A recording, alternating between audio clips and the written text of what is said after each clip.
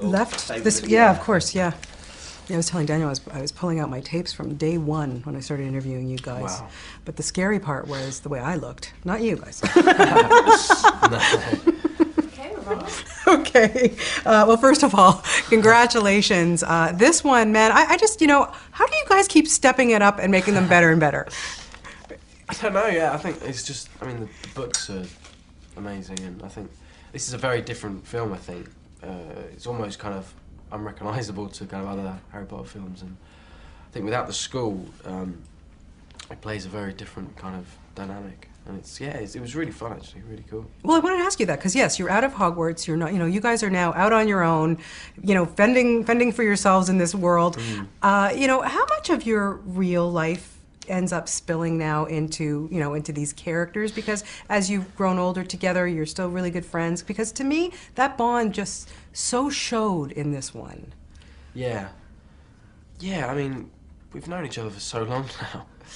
Scarily a long time. It's kind of, we've grown up together, and we are really genuinely quite close. And it's, yeah, I mean, and this film is kind of really about that. It's kind of about us three together, kind of on this mission, and it's just really good to see the characters kind of isolated like this, and we're kind of just living, sharing a little tent, and we see different kind of sides of each character as well. I think there's much darker sides of Ron, I think, in this. He's kind of paranoid and just really aggressive.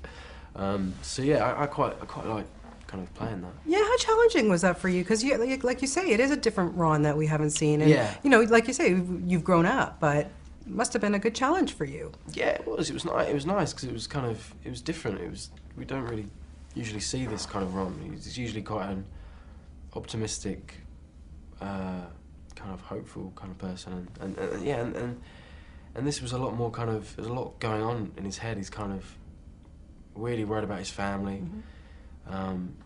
He's kind of jealous of Hermione and Harry because they're kind of seeing each other a lot, and yeah, he actually kind of walks out and abandons his friends, which is kind of quite a shock. So Yeah, it's cool. And a pretty physical film too. I mean, let's talk about that forest scene running through the woods, and I know you guys had a little friendly competition going on, but okay, in your words, who was the fastest?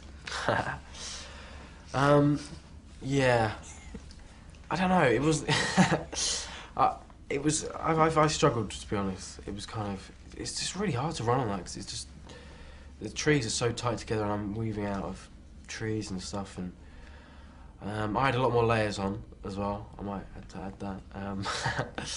So that probably slowed me down a little bit, but I think it was pretty even. Yeah, okay. I definitely beat Emma. Yeah, okay, well, good to know that, Yeah. because, of course, she says she was the fastest of the three of you. Really? Yes, she does. That's a complete lie. The Seven Harry scene was fun, too. Yeah. Not so much fun to shoot it, I understand, though. A lot of takes and pretty tedious, but it was great when you see it. Yeah, it's kind of weird, kind of seeing my face turn into Dan's face. And yeah, I think I learned a lot about myself with those scenes, because Dan had to kind of mimic kind of our walks and our mannerisms and stuff, and I kind of realised I've got this kind of really, I kind of wiggle my hips when I walk, and I've got this, I do this weird pelvis thing, which I was never really aware of until now. So it was quite cool. How on earth, Rupert, do you put the last 10 years of your life into words and the experience that you've had making these films? Where do you even begin? I don't know. It's hard. It's kind of, it's been my whole childhood really, and it's really it hasn't really sunk in to think this is kind of all over now.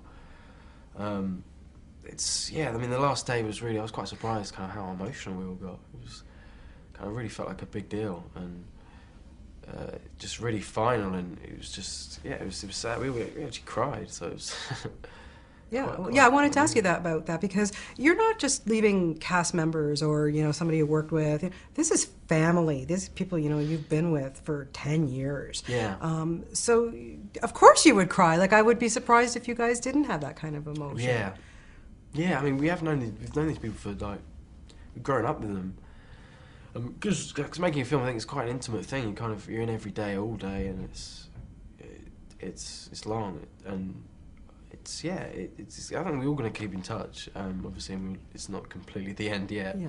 It's still kind of a long way to go yet. But yeah, I'm kind of ready as well because it has kind of they really do kind of take over your life, and I'm ready to kind of just to move on and do different things. And Absolutely, which I'm sure you will, for sure. I know you've got other films coming, and it's a great opportunity.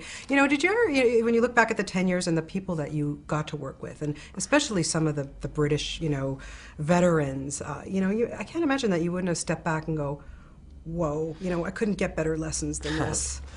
Yeah, it is kind of amazing when you kind of look at the list of kind of who's in these films, and it's amazing. Even just in this one, the new characters we've got Bill Nighy and Rhys Ifans, and it's just really feel really lucky. Yeah. Now, did you get to keep anything? Because I know you were setting your sights on that magic bus. Did anything happen with that? Oh yeah, I really wanted the bus. But no, I got the. They gave me the Deluminator. You got that? I got it, yeah.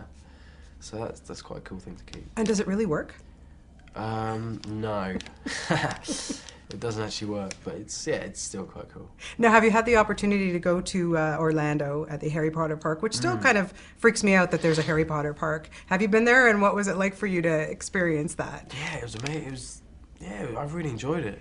We kind of, straight after we finished the last scene, kind of all flew out there, and it was amazing. It really kind of brought them to life, and it was, they've done such an amazing job out there. It's great. Yeah, pretty wild, like Harry Potter rides. That's nuts. Now, I know we don't talk too much about the second one, and the next summer we're going to get that one, but I just have to ask you about that epilogue scene, and shooting yourself or seeing yourself as a 35-year-old man. What was that like, and how do you prepare yourself to look at yourself in the future like that? Yeah, it was probably the most terrifying scene I've ever done in my life. It was just, the makeup was kind of, just for Ron particularly, I aged really badly. I can't really describe it. It's kind of like a mutant Donald Trump. But yeah, it was just weird seeing our kids as well, because our resemblance was quite scary. Yeah. And yeah, I mean, it's a really nice scene because we're seeing our kids off, and it's kind of like a parallel of the our first day at school and at the train, and it's really cool. Yeah, well, I can't wait to see that. But you've done an outstanding job in this, and just on a personal note, it's just been a pleasure to know you from just a little boy to the great young man that you've become. Thank you. Thank you so much. Great. Okay, nice talking to you. Nice. Thank you. Nice to see you. Take care.